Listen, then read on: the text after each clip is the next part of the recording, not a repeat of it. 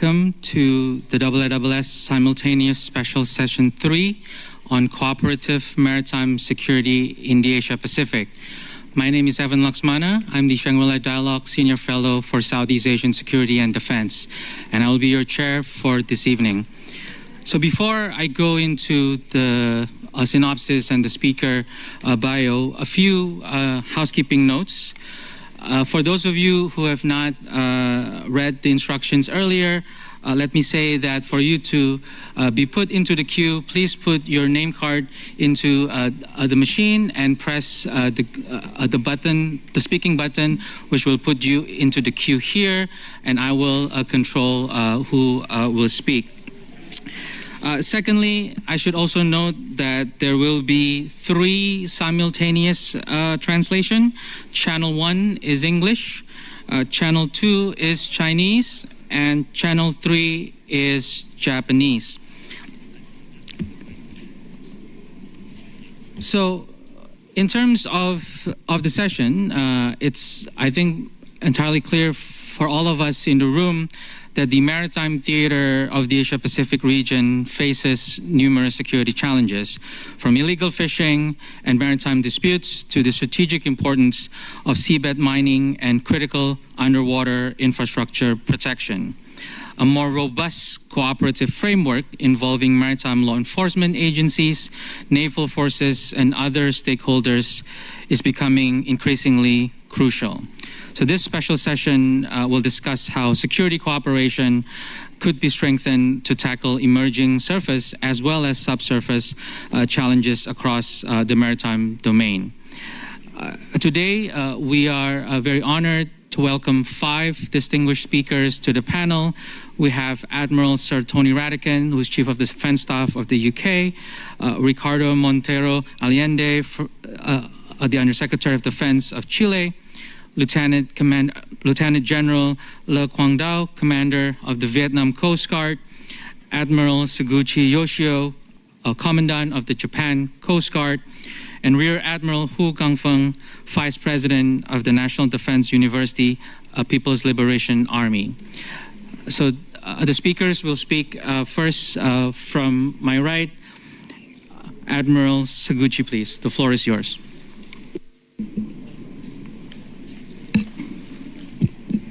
Hello everyone, my name is Yoshio Seguchi. I'm the Commandant of Japan Coast Guard. I'm pleased to speak to you today. I'd like to give you an overview of the Japan Coast Guard and highlight the importance of the rule of law for Coast Guard agencies.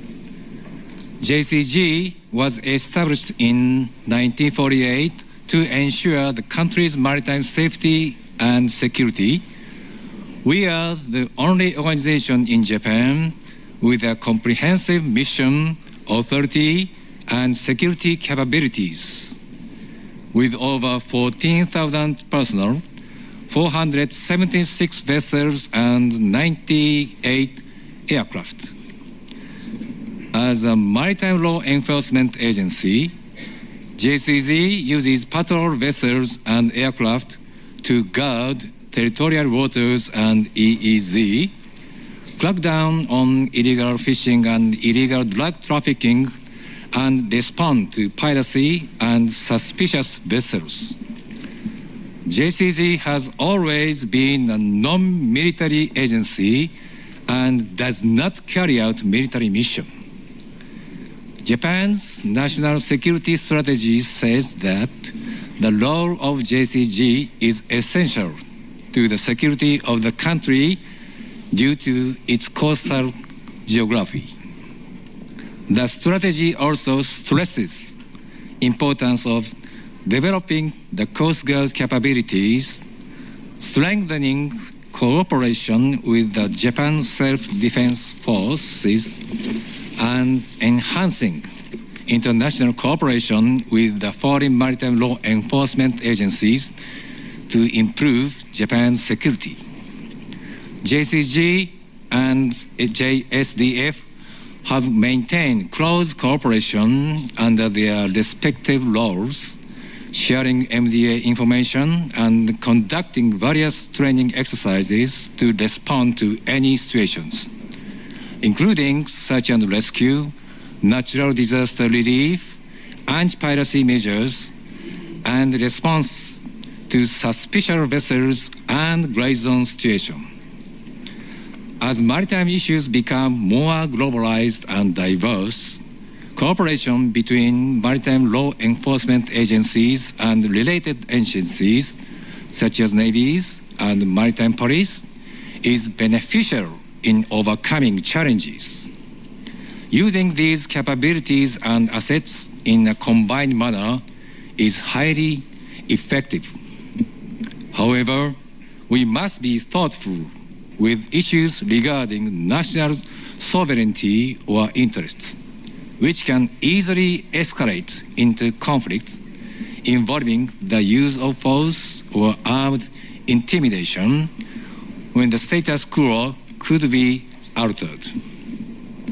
In resolving security challenges, we must never escalate into armed conflict, nor abuse international law to infringe on the rights and interests of others.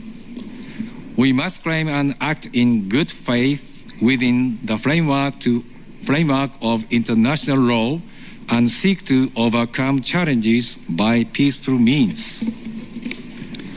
For example, in Japan, JCG is primarily responsible for responding to gray zone situations, whereas JSDF responds when situations are beyond JCG's scope.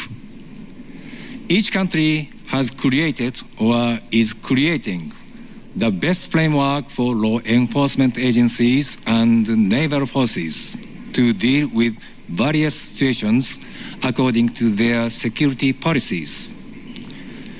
Coast Guards are the first responders and frontline actors tackling maritime threats. That's why we must be guardians of the rule of law. So the role of Coast Guard in advancing the rule of law is even more crucial than ever.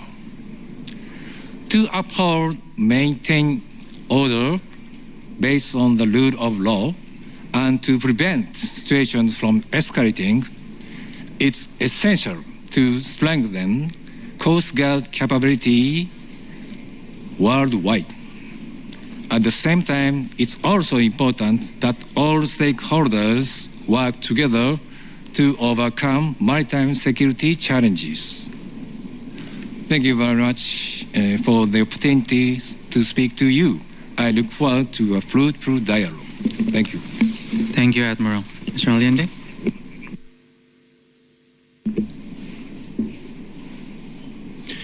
Muy buenas tardes a todas y todos. Good afternoon, everyone. I want to thank IISS for the invitation and for incorporating a perspective of the Latin American coast of the Pacific into this session. I will start by introducing the Chilean standing in the Pacific and our focus on the South Pacific, followed by 3 challenges related to maritime security in the sub-region and some proposals on how to generate a stronger cooperative maritime security. Chile is the southernmost country in the global south with a 3-continental presence. This condition comes from our geographical position in the American continent, our sovereign right in the Antarctic territory, and our proximity to Oceania from our island territorial in the Pacific Ocean, like Rapa Nui, which some of you may know as Easter Island. The above, in addition to our coastline of more than 8,000 kilometers, shape our broad vision of the Pacific. The people of Chile have been historically linked to the sea. It is a part of our identity as a nation and a key component of our global projection. This is why free navigation in maritime routes, the safety of maritime communication lines, the sustainability and development, and in general, the respect and application of international law are essential for our country, especially in these times. Chile's projection to the South Pacific is part of what defines us as a country. This area is a priority for the national defense as it brings together unique challenges, responsibilities, and opportunities. The area of search and rescue responsibility corresponding to our country is the 5th largest in the world, including border with those corresponding to the French Polynesia and New Zealand, pointing to the need to work with partners in a coordinated manner. Chile is a country inserted into a globalized world and therefore global process, and conflict in other regions may affect us. We are attentive and work to mitigate such effects and contribute through diplomatic mechanisms. Now, in the South Pacific sub-region, there are particular security challenges that we must address, like transnational organized crime, TNOC, illegal fishing, and the effect of climate change. TNOC is probably the biggest and most complex threat to the security and stability in Latin America. In recent years, we have identified its expansion to other parts of the world, affecting maritime security in the South Pacific. For instance, during the COVID-19 pandemic, we saw an increase in drug trafficking through the sea due to the closure of land borders. Thanks to the interaction between countries from the Eastern and Western Pacific, we have faced and tackled some of these cases, but we still have a lot to do. A second challenge is illegal, unreported, and unregulated fishing. This threat openly violates national and international law and undermines the conservation effort in the sea, causes economic damage and nation, and can put food safety at risk. The security and conservation in the ocean is a main priority for our country. That is why 43% of the exclusive economic zone is a marine protected area. On that note, the better protect the resources in the vast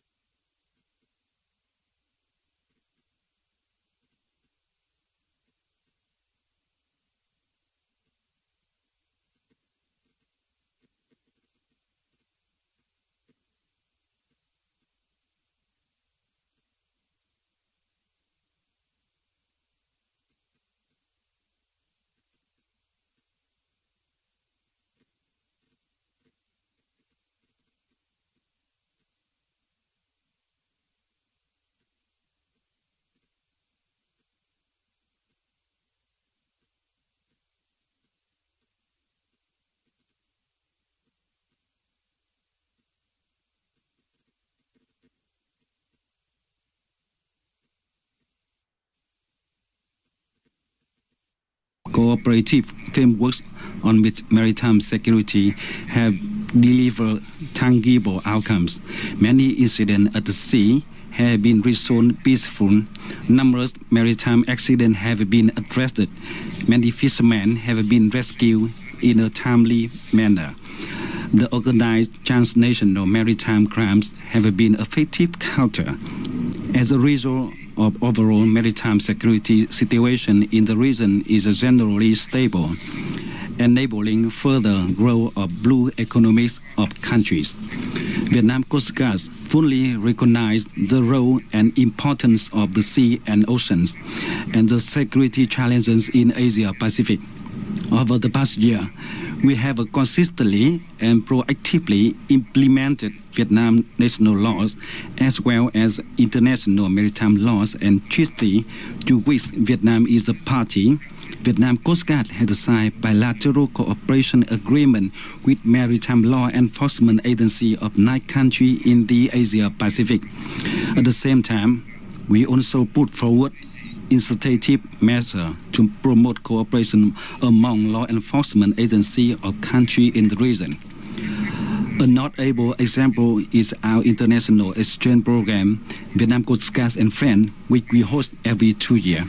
Distinguished delegates, Looking ahead, maritime security challenges in the Asia-Pacific are predicted to grow in scale and complexity.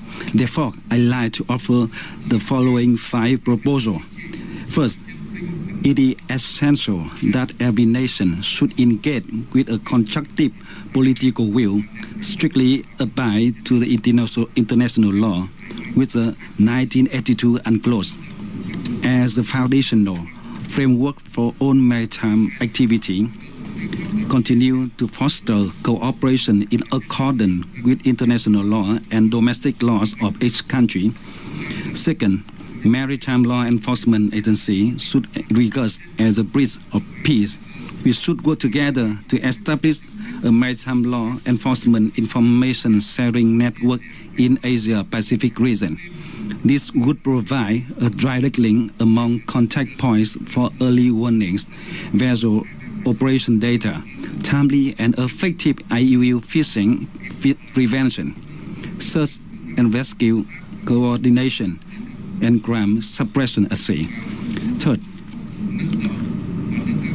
we should further elevating and improving the effectiveness of both bilateral and multilateral mechanisms, such as putting forward more feasible, impactful initiatives and can align with the varying capacity of broader range of participating countries. Fourth, we must enhance training cooperation, capacity building, and experience sharing, especially in the area of IUU prevention, countering piracy and armed robbery, smuggling, maritime environmental response, and maritime search and rescue. Fifth, promoting delegation exchange and joint activity to deepen mutual understanding and trust, which are the foundation for more effective and reliable cooperation.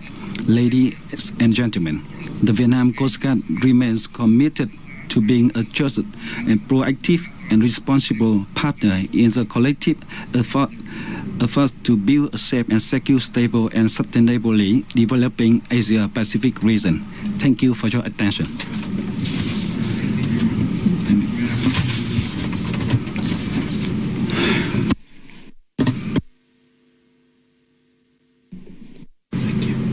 Bevan, and good afternoon, everybody. It's good to be back at Shangri-La, and it's a privilege to be on such a diverse panel. My remarks involve 3 themes. First, in this era of contest and competition, when strategic stability is under threat, nations must still cooperate, and especially in the maritime domain. Second, even as we cooperate, responsible nations must stay true to their values and interests. For the UK, NATO first does not mean NATO only. A free and open Indo-Pacific and the primacy of freedom of navigation matter to countries everywhere. My third point is about confidence. These are worrying times, but Europe is stepping up. Our alliances are strengthening. New partnerships are forming. The tectonic plates are moving. And when like-minded nations combine, they can draw on vast reserves of economic, military, and diplomatic power. Turning to my first point, I think everyone recognizes that we're in an era of renewed state-on-state competition. But unlike the Cold War, it is not so neat and simplistic as to separate the world into different blocks. Nations will continue to trade and cooperate even as they compete with one another. This is particularly true if you take the broadest definition of security to include health, climate change, technological regulation, and other transnational challenges. In the maritime domain, cooperation has generally been to the fore. We saw that in the years of counter-piracy operations in the Somali Basin.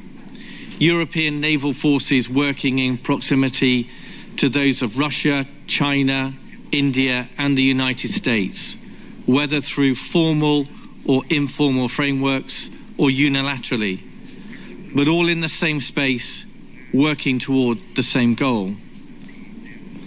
On Thursday, I met with chiefs from the Five Powers Defence Arrangements, one of our oldest partnerships in Southeast Asia. At Shangri-La, I'm fortunate to have meetings with chiefs from many other allies and partners. Sailors, soldiers, aviators have a natural affinity with one another that transcends politics. This can prove vital when it comes to avoiding miscalculation and managing escalation and de-escalation amid cluttered and contested waters. Militaries have a special responsibility to ensure the lines of communication exist alongside government and diplomatic channels. That is a particular obligation for responsible nuclear powers. That is why I visited China last month to meet with my counterpart, General Liu. And these things do not happen lightly. They reflect the very highest governmental agendas. And they are always done in a way that is true to our values and interests. My second theme is that at the heart of British defence policy is the recognition that our security and prosperity is tied to the rest of the world. We are anchored in Europe. Russia poses the most acute threat. NATO will always be our foremost commitment. But our national interests do not stop at the Suez Canal. Britain is a permanent member of the UN Security Council, a G7 economy, a maritime trading nation, and this year marks the 5th anniversary of Britain's status as an ASEAN dialogue partner. Upholding the UN Convention on the Law of the Sea, and with it the principles of the freedom of navigation in this part of the world matters to us just as it matters in the English Channel. That is why Royal Navy ships exercise the right of freedom of navigation, including in the Taiwan Strait and the South China Sea. We are an active, responsible, and reliable partner in the shared cause of global stability. That is also why the British government has chosen to deploy the aircraft carrier HMS Prince of Wales to the Indo-Pacific this year.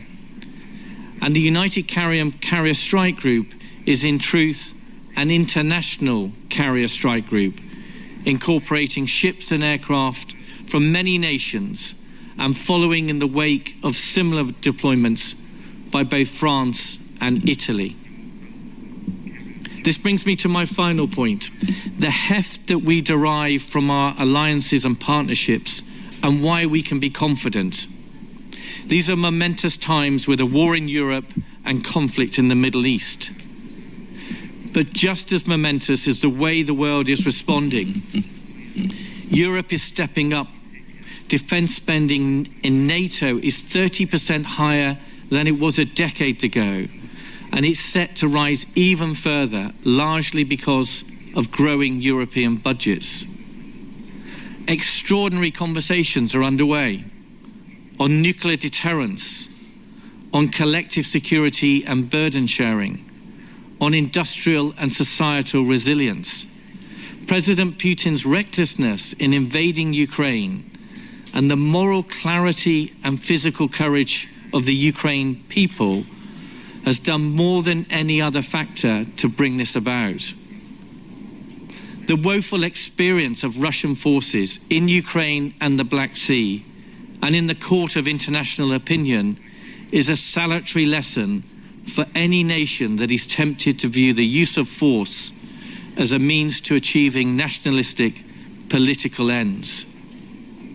In Britain, we are clear that the security construct that keeps us safe is our status as a nuclear power, our membership of NATO, and our close relationship with the United States.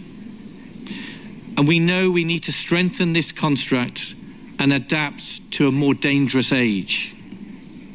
That includes the need to integrate cyber and space more closely alongside the traditional domains of land, sea and air, accelerating our adoption of uncrewed and autonomous systems to provide mass, lethality and persistence, developing strategic military-industrial partnerships like AUKUS that straddle East and West and benefit our security in the world and our prosperity at home.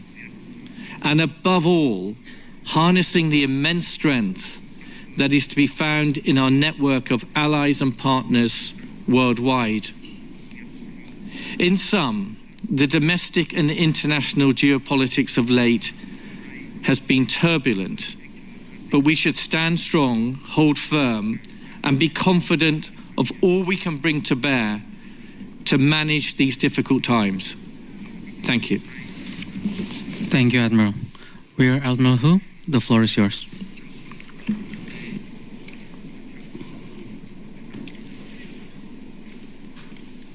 尊敬的主席先生，首先，请允许我利用最短一点额外。Give me some extra time, some minimum time to make a necessary response to some content of the previous speech involving China. Firstly, I do not accept the ungrounded accusation against China. Some are just fabricating, reverse black and white. Some are like the thief crying, catch the thief. So the nature is to provoke, split, instigate confrontation, stir up the region. It's against the trend and the people's will, and it will not realize its purpose. Secondly, the original purpose of香格里拉dialogue is to study issue, not to create problems, to reduce instead of increase differences. We should enhance mutual trust through candid discussion. Thirdly, we are in the same Asia-Pacific region. Share will and wool in the same boat. We have different national situation. We must seek common ground to shelve differences. Now that we are in the age of civilization of the 21st century, we should resort to dialogue and negotiation. In the morning, at the third plenary meeting, President Orta of East Timor has made very good remarks. No hatred, no anger, only cooperation can turn the world better. Respected all the representatives today, ladies and gentlemen and generals. Now, I will share my view from three aspects. First, a current situation. On one hand, the maritime security situation in the region is generally stable. There have been no maritime military conflicts in the region for many years, which had made the region a stable component in the global landscape. And the South China Sea has always been the safest and the busiest area for global navigation and overflight. On the other hand, maritime security in the region also face severe challenges. Certain countries have wantonly formulated exclusive and confrontational cliques, significantly increased their military presence, infringe upon the territorial sovereignty and maritime rights and interests of other countries in the name of so-called freedom of navigation, deliberately support the Taiwan independent separatist forces, severely undermines peace and stability across the Taiwan Strait. Maritime security cooperation in the region is facing severe challenges where not advancing means retreating. Second, China's practice. China's development started in the Asia-Pacific, has benefited from it, also contributed to it. China has always practicing the concept of a maritime community with a shared future and vigorously promoting the regional cooperative maritime security with practical actions. Firstly, we stress on common security and properly handle and resolve contradictions and disputes. China respects the central status of the ASEAN, adheres to handling the territorial sovereignty and maritime rights and interest disputes through negotiation and consultation. China has completed the demarcation of the Babel Gulf with Vietnam, signed intergovernmental consensus documents with Indonesia on joint maritime development, and launched bilateral dialogue on maritime issues with Malaysia. China has achieved full coverage of institutional maritime dialogues with the claimant states in the South China Sea. Secondly, we highlight comprehensive security and make overall plans for both traditional and non-traditional fields. We actively de-escalate and stabilize the hotspot issues in the region, safeguarding the nuclear non-proliferation regime. China and ASEAN had made long-term concerted efforts in combating piracy and terrorism.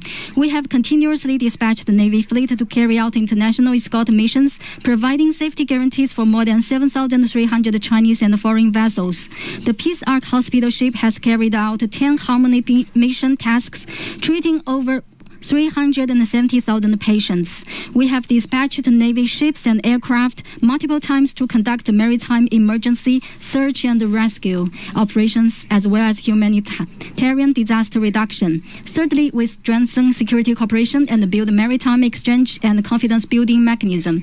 China has firmly safeguarded the security and freedom of navigation, held and attended the Western Pacific Naval Symposium, jointly introduced the version 3 of the Code of Unplanned Encounters at Sea.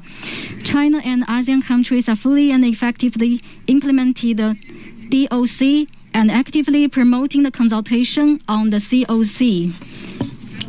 And we have successfully held the 38 times of joint patrol.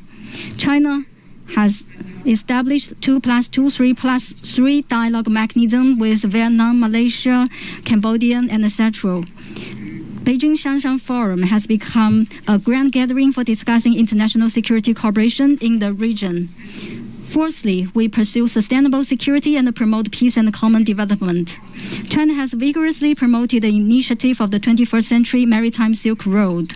We have concluded the negotiations on the Free Trade Area 3 version with ASEAN and jointly convened the ASEAN-China GCC Economic Forum. Especially in April this year, President Xi paid a state visit to Vietnam, Malaysia, and Cambodia, injecting positive energy into regional and world peace and development. Third, relevant initiatives.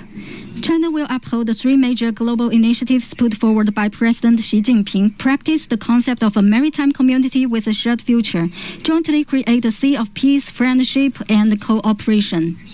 Firstly, we adhere to multilateralism and join hands in safeguarding Asia-Pacific maritime security order. We should uphold the Asia-Pacific governance concept of extensive consultation, joint contribution, and shared benefits, firmly oppose unilateralism, power politics, and bullying conduct, treating the waters in the Asia-Pacific as an arena for seeking hegemony, especially the illegal acts of creating division, obstructing reunification, and undermining the core interests of sovereign states. Secondly, we adhere to dialogue and consultation and work together to promote the lasting maritime peace in the Asia-Pacific region. Specific disputes concerning territorial and maritime rights and interests should be resolved peacefully through friendly consultations by the direct concerned parties.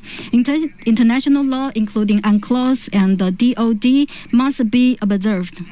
Any practice that stubbornly draws lines without distinguishing right from wrong and deliberately provokes tensions must be opposed.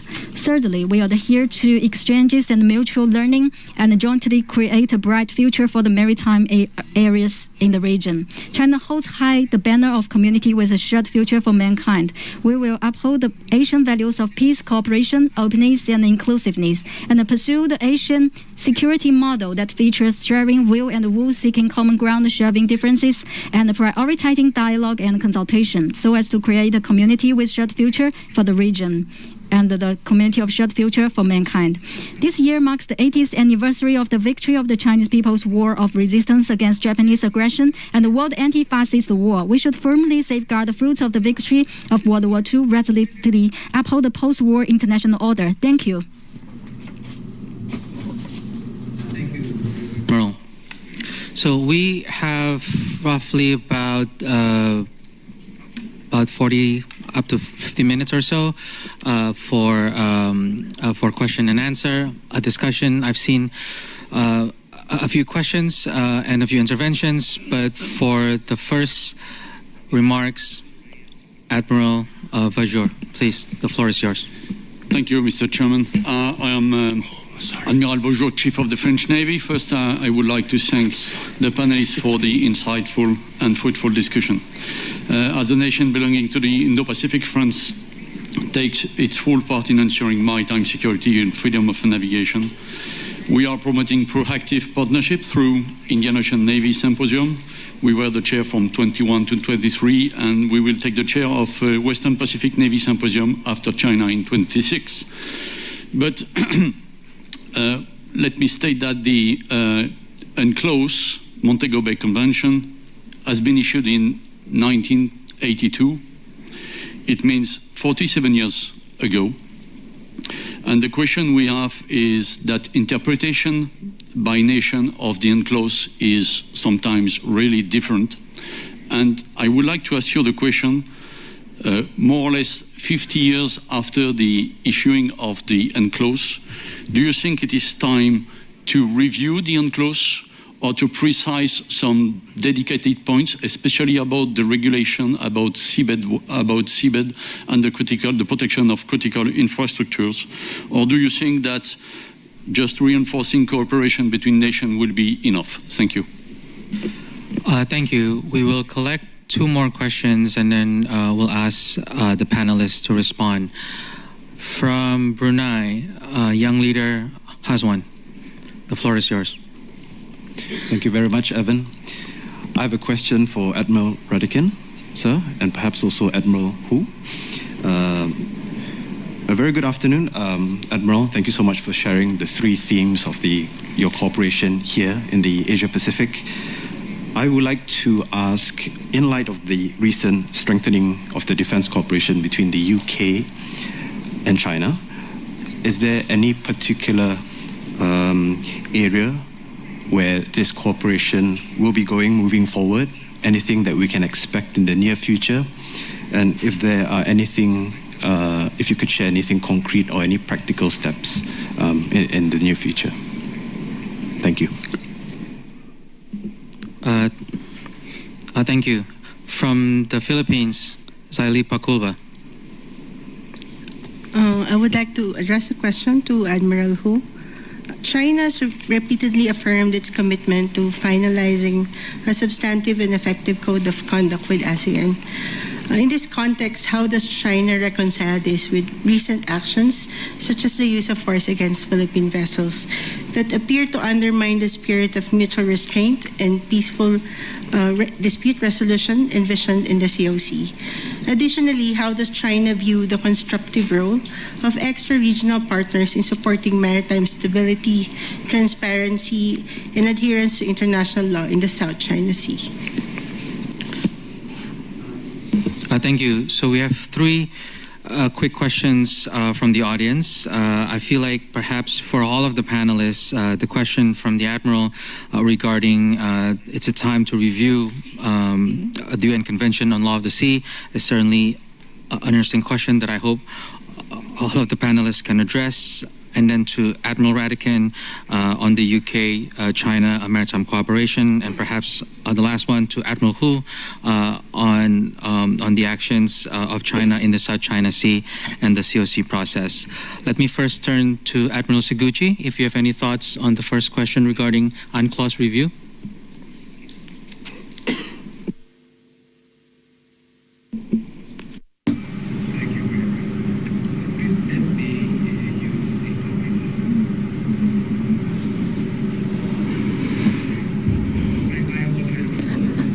Since UNCLOS was established, it's been 50 years. Compared to 50 years ago and today, the environment facing the oceans has greatly changed. Whether it should be reviewed or not, let's put that aside, but we need to look into everything that's been done interim to see if there is a need for formal revision. Thank you. Mr. Allende?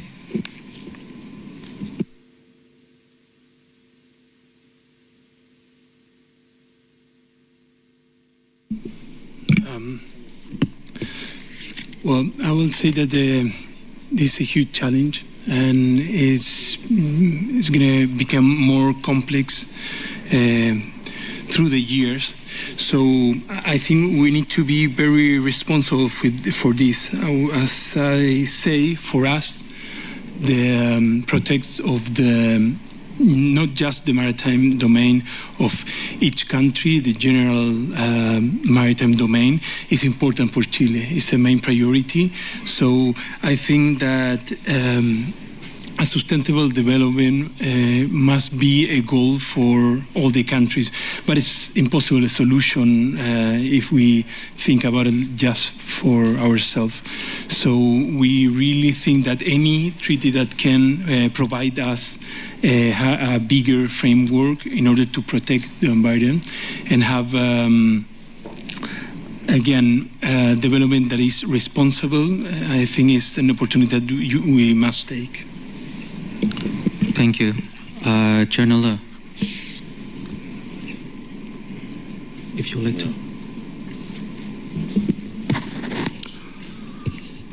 Về quan điểm của Việt Nam, thì Công ước Liên Hợp Quốc về luật biển năm 1982 có ý nghĩa và vai trò rất quan trọng đối với các cái quốc gia ven biển trên thế giới, trong đó to littoral states, including Vietnam,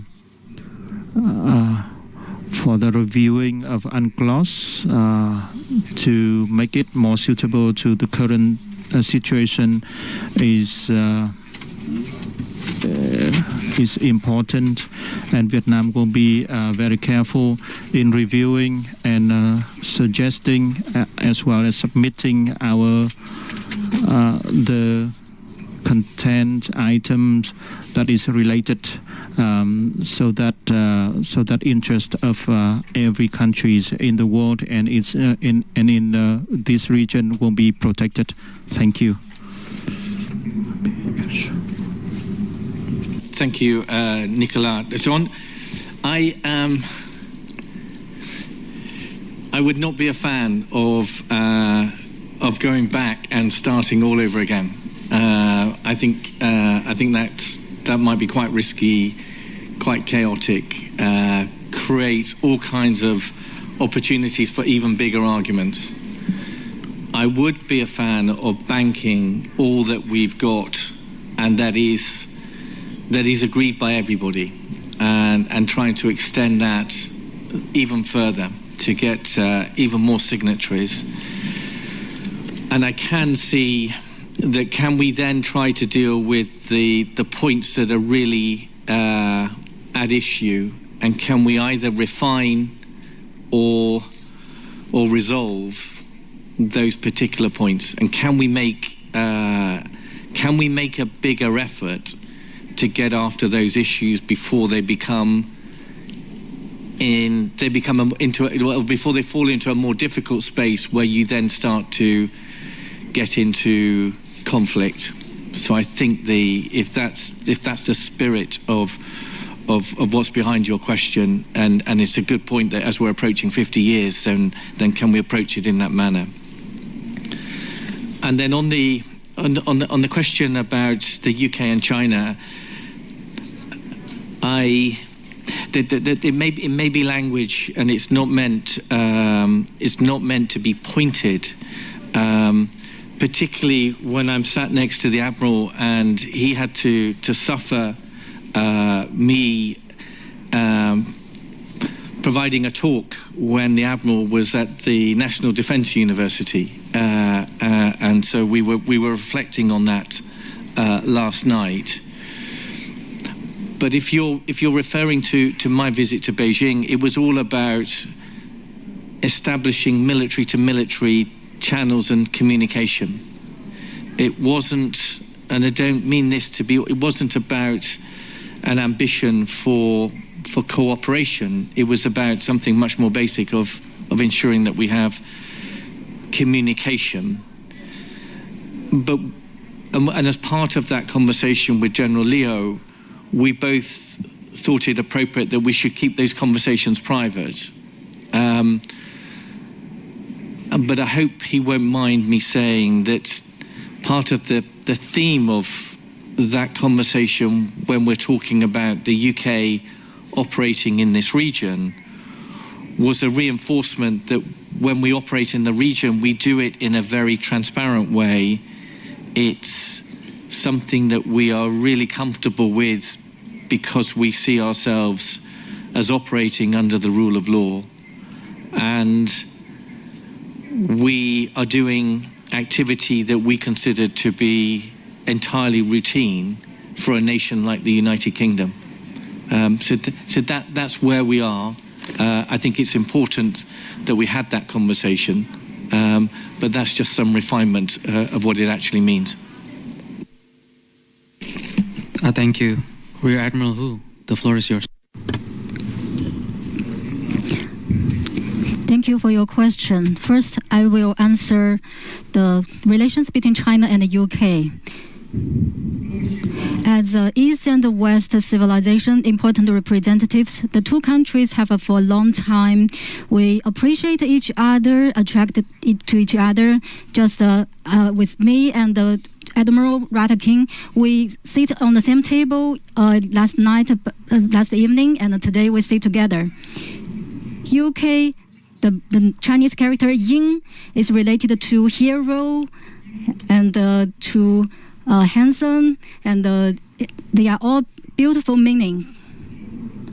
Chinese people, they take Yin many beautiful connotation, and we take UK, or in Chinese 英国, we give this beautiful word to the country, which can express the special relations between the two countries and the best wishes. Since the establishment of diplomatic ties, the two countries have been improving our relations. In recent years, we have marked many new achievements and inject positive energy to a turbulent world today. This year marks the 80th anniversary of the anti-fascist war and the 80th anniversary of the establishment of the United Nations. The two countries have the permanent members of UN Security Council, and we are all independent major power. We are the important creator of the post-war order and also the safeguarder.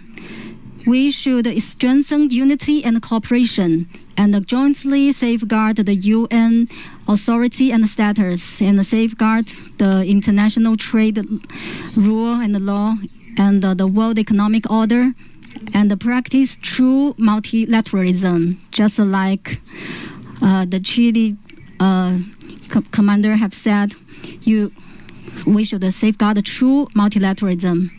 Just like Admiral Ratakin said, international situation, when it's more complicated, and the UK and China should even make more correct strategic choice and become the reliable force in maintaining the international order and promote the economic growth of the world and lead the multilateral cooperation. Thank you.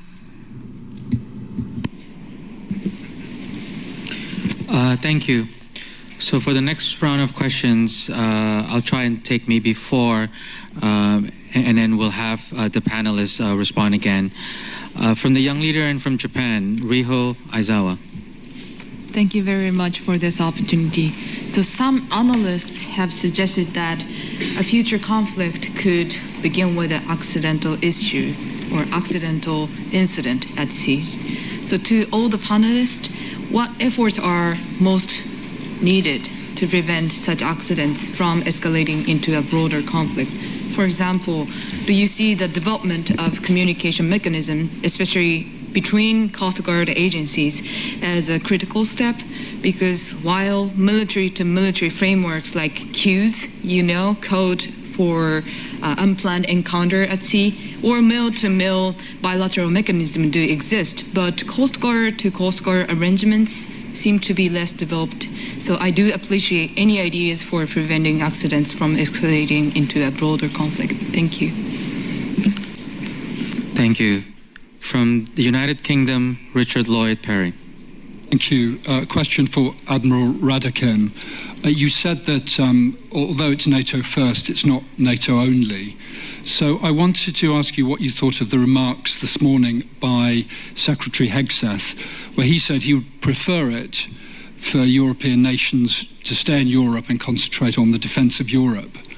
It's also been reported that Elbridge Colby has told UK officials as I understand it, that this isn't really a moment to be sending aircraft carriers out to Asia. Given that there's a war in Ukraine, in Europe, and that military forces are overstretched anyway, don't they have a good point there? And then a very quick question for Admiral Hu. How do you feel about this British aircraft carrier coming to your region? You said that Britain has a very beautiful name in Chinese. How do you feel about this powerful ship not so far off your waters? Thank you. Thank you. From China, Yuan Ma.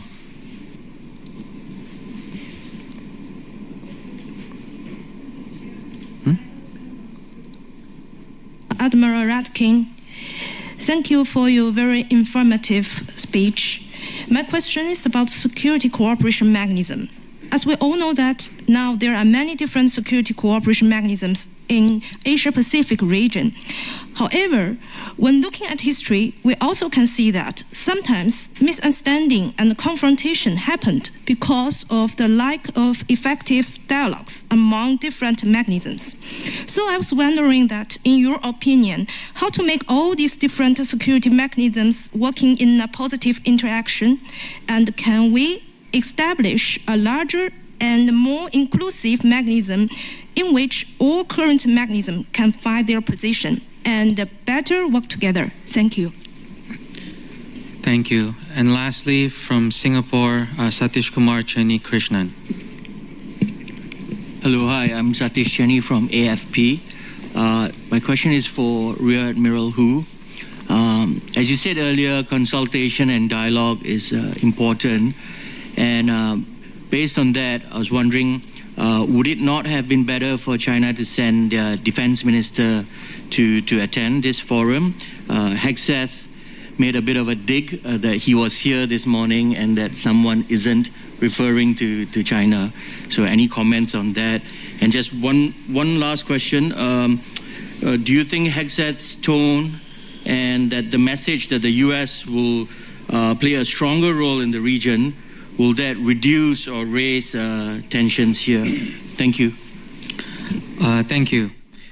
Perhaps since there's a few questions to both Admiral Radakin and Rear Admiral Hu, maybe we start first again with the other panelists regarding the general questions for all of the panelists, which is how to prevent accidental incidents at sea. Admiral Seguchi, if you have any, yeah.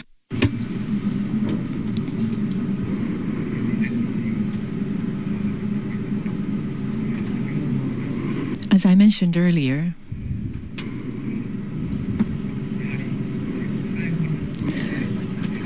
it's important to deal with situation calmly based on international law, but that universal value set, the idea of maintaining maritime order based on the rule of law, this has to be a commonly held view among the nations, and each nation has to have the law enforcement capabilities that's able to execute that.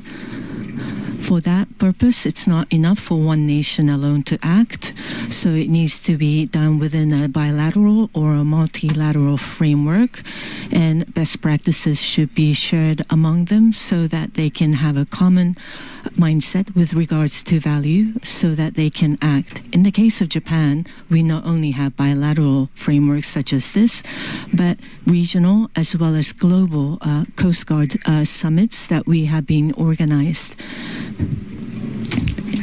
And so within the frameworks, we work on building the necessary relationship in order to have that commonality in terms of values so that we can assist each other to achieve results. Thank you. Mr. Allende? Thank you.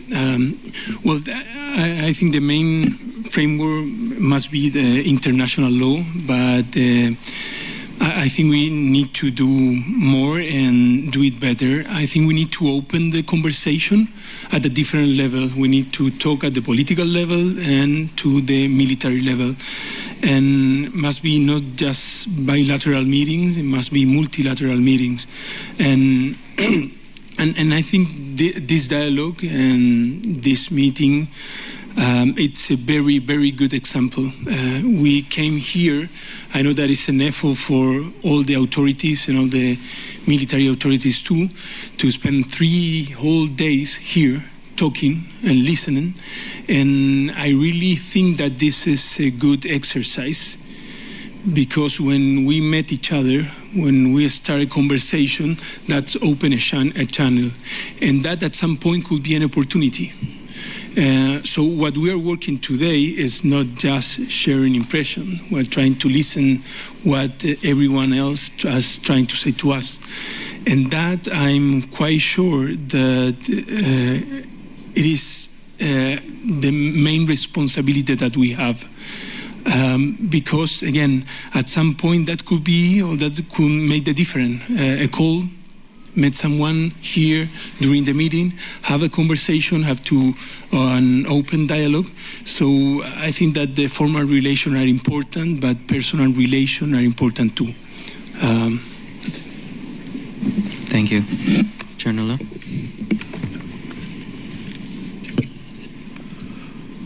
Ở Việt Nam rất We agree the point of the commandant of previous speaker. That from the Vietnam perspective, we want to be together with another country to maintain its peace and stable for this growth of economy and the social, especially it's maintain its peace and stable of each country. To solve the problem on the sea after collisions on the sea, our perspective is resolving by its respect the sovereignty and especially the law, and especially the UNCLOS 1982 and also the laws of each country. And we also respect its agreement, especially on the bilateral and multilateral. Every year, every country, we have the MOU to sign with each other. Especially for the country have the law enforcement agency need to educate for your laws enforcement agency to respect another force. In Vietnam, we have a quotation: make something big thing to the small thing, and make the small thing to the nothing. So that is the relationship that our relationship in the sea is peaceful and is stable. Thank you, General. Admiral Ratigan? So, thank you. And if I take the sort of the first question and the third question together, because they sounded very similar to me. And maybe my first point would be, can we, yes, there are some areas where the tensions are high and people are right to be concerned, but can we be really careful not to catastrophize? So incidents might happen, but the idea that tactical incidents happen and that they then suddenly spiral and they evolve to bigger conflict and another way to war and so on, I just reject. I don't think. I think there are people that love to do that spiraling out of control and comment on it, but I would give some reassurance to this audience that I think that nations are much more aware of those risks and they try to manage them at the time, and I don't think that it works like that. But on the point, do we need some additional mechanisms and might we try to strive for those? I do accept that that's that's something that might be warranted. And I'm so old that I can remember I was serving at sea in the Cold War, and when we had those mechanisms in place for how we deal with Russia. But in order to put those mechanisms in place, well, firstly, you need to have some very clear communication.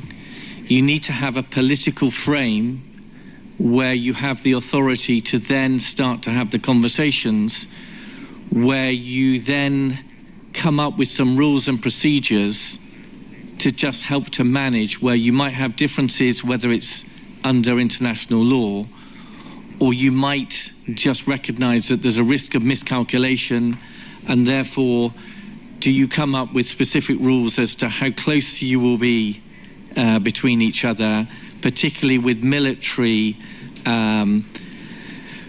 evolutions. How do you manage your flying? How do you manage your sonar? How do you manage some of your other capabilities? So those are mechanisms that have been used in the past, and we could definitely have a debate as to whether or not those might be helpful these days. And then on to the question from Mr. Lloyd Parry about the carriers and European carriers in the Indo-Pacific. I think to me there's sort of lots of different layers where I would disagree with you. So the first one would just be a philosophical one. The idea that somehow the world is neatly configured into these nice blocks of geography and there isn't the interconnectedness is not something that we recognize philosophically. And you've seen that the war in Ukraine is a terrible war in Europe, but at one level it's relatively contained in a geographical sense, but its impact is global. Its impact is around energy prices and what that has meant, food prices, and some of the most poor people in the world have suffered the worst in terms of what that means for them. And it was Jens Stoltenberg who talked about there's no such thing as regional security these days. There's only global security. So I come at it that way. The second one would just be the straightforward sovereignty. I take my orders from a UK government, and we're a P5 nation, we're a nuclear power. The government's highest priority is economic growth, and therefore in a region that has 40% of the world's GDP, and that's increasing, and with a country that is fortunate to be the 6th largest economy in the world, and is also fortunate to have a whole raft of partners and allies in this part of the world, I think I've got instructions from a government which are very similar to the last government, which expects the UK to be in the Indo-Pacific. And there are a whole raft of other reasons why we should be here, diplomatically, culturally, but to just see it through the narrow lens of an aircraft carrier, I think is not correct. And it's some of those other big things, like being a dialogue partner within ASEAN. It's also about being in CPTPP and what that means. So there's a sovereignty, UK national interest question. That's not to be dismissive about our relationship with America and what that means, but I may have heard Secretary Hegseth differently, because I think he said yes to European carriers being in the Indo-Pacific, and he reflected something that matched his speech, and which I know that Admiral Paparo really welcomes, and that is whether it's an Italian or a French or a UK aircraft carrier, it adds to this broader tapestry of Western powers and their focus on the region, and that might present some dilemmas for those that are uncomfortable with us being in the region, and some of the other language that Secretary Hesketh reflected. And then I come to some straightforward practical points. Europe is not bereft of aircraft carriers. There's a French one, there's an Italian one, there's another British one. There are American ones that are in the area as well. So that's a sort of starting point. The second one, we have no plans to use our aircraft carrier in the Russia-Ukraine context. And I don't think that we have any expectation that Russia-Ukraine is going to suddenly erupt into something that is pressing us with our aircraft carrier. And if you say, well, actually, we're a stressed military and so on, the marginal cost of sending an aircraft carrier is £75 million. Because all of the things that we're doing, embarking an air wing, the real journey that we're on, which is to declare the UK as being a carrier nation again and at full operating capability, we would have to do in Europe with those jets. And we probably have to go to America to do the highest level exercises called Red Flag, where you really test your 5th generation capabilities. And on this occasion, we're going to a phenomenally sophisticated exercise that Australia has developed called Talisman Sabre, that fully allows you to then test your 5th generation capabilities. And there aren't many places in the world that you can have that operational prowess. And then my final point, which might be an amazing insight from an admiral, ships float and move, and that actually they go to places, and if they need to, they can turn back and return, and you're talking about 6 weeks. That if I look at the other parts of the UK Armed Forces and their readiness, the time it would take a brigade to fully move from the UK to just Eastern Europe, and never mind the time it would take a division to move from the UK to Eastern Europe, then I'm really confident that the aircraft carrier could join the other aircraft carrier that we've got in Europe. So it's not really something that I'm sympathetic to, and it's not quite the weightiness that people, I think, are inferring, that somehow we've drained Europe and we're in a vulnerable position. Thank you. ありがとうございます。風翔さん。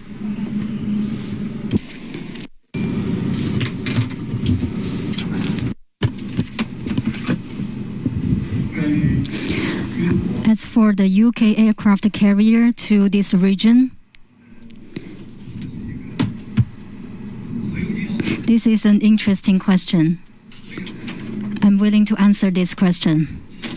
As a man also used in Navy uniform, I'd like to focus on the military perspective to discuss this question. First, how can we view this issue?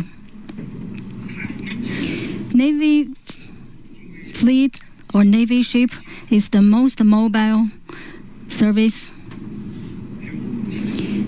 It is very mobile. It's the feature of this service. So in the ocean, the mobile deployment or exercise is a basic nature. Only if we apply or deploy it well, the ocean covers 70% of the world. Then the Navy ship navigate on the ocean. It can safeguard peace, promote friendship, just like the 15th century's China's ancient general Zheng He He led the most powerful fleet and went to the Indian Ocean for 7 times. He promoted the spread of advanced technology, promoted friendship with other countries, and received the best wishes from other countries. So I feel it is not strange, not surprised, and it's no big deal.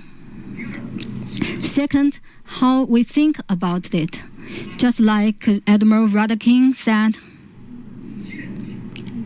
Navy ship navigate on the ocean, especially to the near sea or far sea, to near other countries. They take quite a risk. It may cause some misunderstanding, miscalculation, or even cause some friction. Even if, just like Admiral Radakin said, maybe at the beginning it has no bad purpose. Just like some war broke out in the region, you feel surprised. It is unexpected.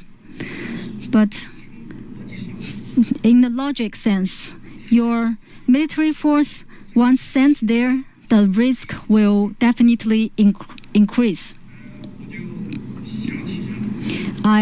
This reminds me of a book written by the University of California professor in computer technology. His name is Julia Paul. He is the scholar of the U.S. Science Academy. He has written a book of why. The core opinion in his book, the cause and effect, is how differentiate human and other species. That's how human evolved into an intelligent creature. It's the basic cause and effect. So from sending the Navy ship to a very far place or the near close water of other countries or enter the territorial water of other countries, it may inevitably contain some risk, lead to some severe situation. There's the possibility. So that is the effect. So it is a logic of cause and effect. Thirdly, how can we deal with it? I think if we analyze well the cause and effect, we should to eliminate the risk fundamentally in the air and the sea. Firstly, the purpose is to safeguard peace. We should not provoke or violate international laws or infringe upon others' countries' security, order, and stability. Not to provoke other countries' sovereignty, security, and developmental interests. Secondly, technologically speaking, we should strictly control the frontline military activities. Just as I have mentioned, the air and the sea activities, we have some international rules. China also actively promotes and signed the third version of the Western Navy. These rules we should strictly comply with, that we can stop the conflict or friction. In one word, every serviceman or experts or even civilians should embrace a vision of building a community of shared future for mankind and a maritime community of shared future and in Asia-Pacific region. This is the responsibility of our times to everyone. In our historic book or in some TV works, we can see the World War I and World War II. That is miserable experience for mankind. So we should never forget such misery. We should make joint efforts to build peace and make efforts. Thank you. Thank you, Rear Admiral. So we have only about 11 minutes and I got about 11 questions, so that seems unlikely that we'll get through all of them. So I apologize if I cannot get to everyone. But what I'd like to do is perhaps gather just only 3 last questions, and please keep it short if you can, 2-sentence max, and then we'll have all of the speakers a chance for one last time to provide very short responses and concluding remarks for about a minute or so. So again, please keep it short and no more than 2 sentences, please. From Japan, Atsushi Okudera.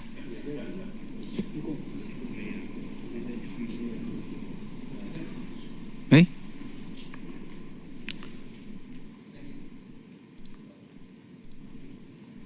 Thank you so much to Admiral Fu. Thank you so much. And as you mentioned, that China has not threatened the surrounding countries, and also the freedom of navigation has not been maintained all the way. But if we listen to the U.S. and Philippines, we listen to the different story. So in order to bridge the gap, the dialogue itself is quite important. But unfortunately, this time, we don't see any dialogue with the U.S. or other nations. So I'm afraid, just as that the gentleman mentioned earlier, could you let me ask once again? This time, why the China didn't send the defense minister to this Shangri-La dialogue, and what do you think the importance of the dialogue with the United States or other nations like Japan or other Asian countries? Thank you so much. Thank you. From Indonesia and from the Young Leaders Program, Gatra Priandita. Thanks very much, Evan, and thanks to the panelists for the remarks. A question to all the panelists. Admiral Radakin spoke earlier about the importance of recognizing cyber-related risks in the maritime sector and domain. Can members of the panel offer your thoughts on how the cyber threat environment in the maritime sector has evolved, and whether this has also shaped thinking in the Coast Guard or the Navy in your countries about the maritime cybersecurity nexus? Thank you. Thank you. From Singapore, Olivia Xiong. Thank you. Yes, I'd like to follow up on the gentleman to my left's question as well, in which you did mention that China is here to have dialogue and consultation, and that remark by Secretary Hegseth that seemed to make reference at the Chinese defense minister not being attendance at the Shangri-La dialogue. Also, I'd like to get your comments. China and the US have spoken about wanting to uphold peace and stability in the region. Is there a message to the other countries in the room on how you see that happening, given what it seems to be heightening tensions between China and the US? Thank you. Thank you. And I apologize again if I couldn't get to everybody's questions. So for all of the speakers, we'll follow the same order. And if you could please keep your final responses and concluding remarks to 1 minute, please. Admiral Seguchi.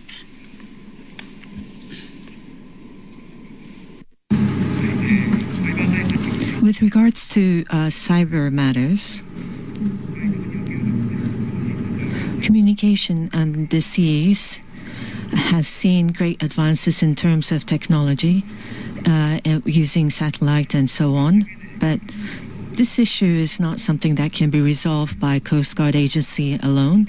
But various relevant agencies within Japan needs to come up with cybersecurity measures, and that is what Japan is doing. Thank you. Mr. Allende?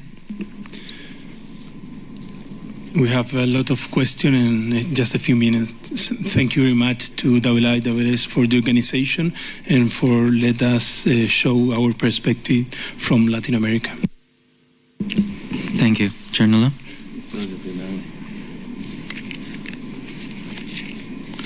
Oh, so you're right? Oh, okay. So, perhaps Admiral Radic. I don't have any question. So thank you.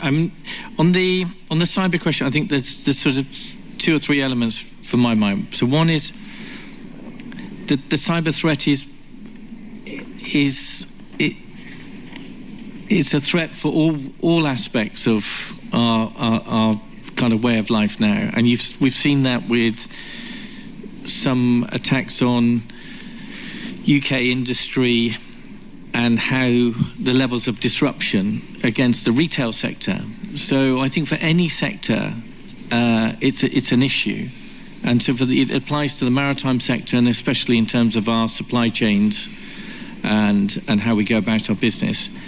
And then I think there's an added dimension for the military. When you look at the operations that we conduct, then we need to have an assuredness that we can defeat some of those cyber attacks, and that's something that we need to get even stronger on. And then to the question, I'm not, again, the final question, I'm not too sure that I would agree that I would jump to that there's somehow there's heightened tension between China and the USA. Again, I think that for all of us, it's about being responsible nations, it's about being transparent, it's about following the rules that we all acknowledge, and being really strong in how we go about that, and playing down the catastrophizing, and that actually there's a heightened tension because of speech A, which is on the back of speech B, and so on. I'm very cautious about those commentaries. Thank you. Rear Admiral Hu, the floor is yours. I will answer focusing on one question. We always think that the Shangri-La dialogue is a platform for all sides to discuss the Asia-Pacific security cooperation. So China attached great importance to this platform. We have for many years sent the delegation to this dialogue. Actually, every time we sent the delegation on different levels. This is completely a normal work arrangement. It will not affect our the explanation of our national defense policies, ideas, and the communication with others, or enhancing mutual trust. Objectively speaking, today I'm entrusted by our side to express our ideas. I think everyone may hear clearly our true thinking. Thank you. Thank you so much, Rear Admiral Hu. Certainly, I think today we've heard a very strong set of diversity of the maritime security challenges. I think the importance of the diversity of perspectives on those issues, as well as the diversity of partnerships and relationships that we seek to build to address those challenges. But hopefully, we also focus on a constant rule of law at the international level and in the maritime domain. So thank you very much for coming. Please give a big round of applause to our speakers today.